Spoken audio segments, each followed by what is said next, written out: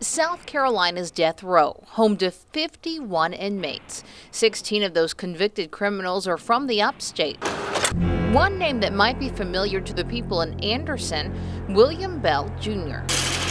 Bell was one of 4 men convicted of killing Dennis Hepler.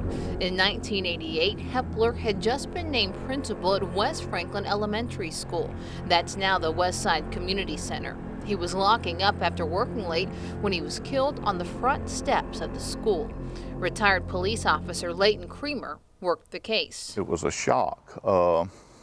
Everybody that I talked to, and as far as I know, anybody that the other investigators talked to about Mr. Hepler, everybody praised him, talked about what a good man he was. Beatrice Thompson, now a city council member, was working as the school psychologist when the school lost their new principal. He was excited because he had plans on all the things he would do in a community that had many needs.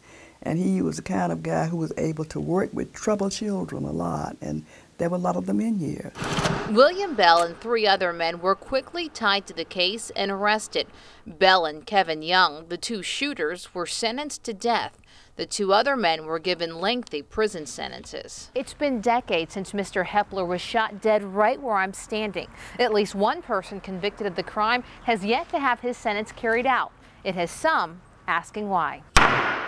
The average death row wait is 12 years. After sentencing, a direct appeal automatically happens. Then a series of 7 appeals are possible through both state, federal, and the Supreme Courts. South Carolina Attorney General Alan Wilson, who is in charge of death row inmates, says the wait is a necessary evil. We've had people on death row for decades, and we've had some people who waive their appellate rights and are only there for a few years. It's very hard to gauge the average for any one case because they're all different. In Bell's case, he's gone through parts of the appeal process, has just been given a new attorney, and is now waiting on a mental review. Bell's mental health was not brought up until recently, but legally he can't be executed if he's not mentally competent. I'm very empathetic to people, especially victims, who have to basically go through this process over and over and over and relive their loved one's tragedy through the legal processes that are there.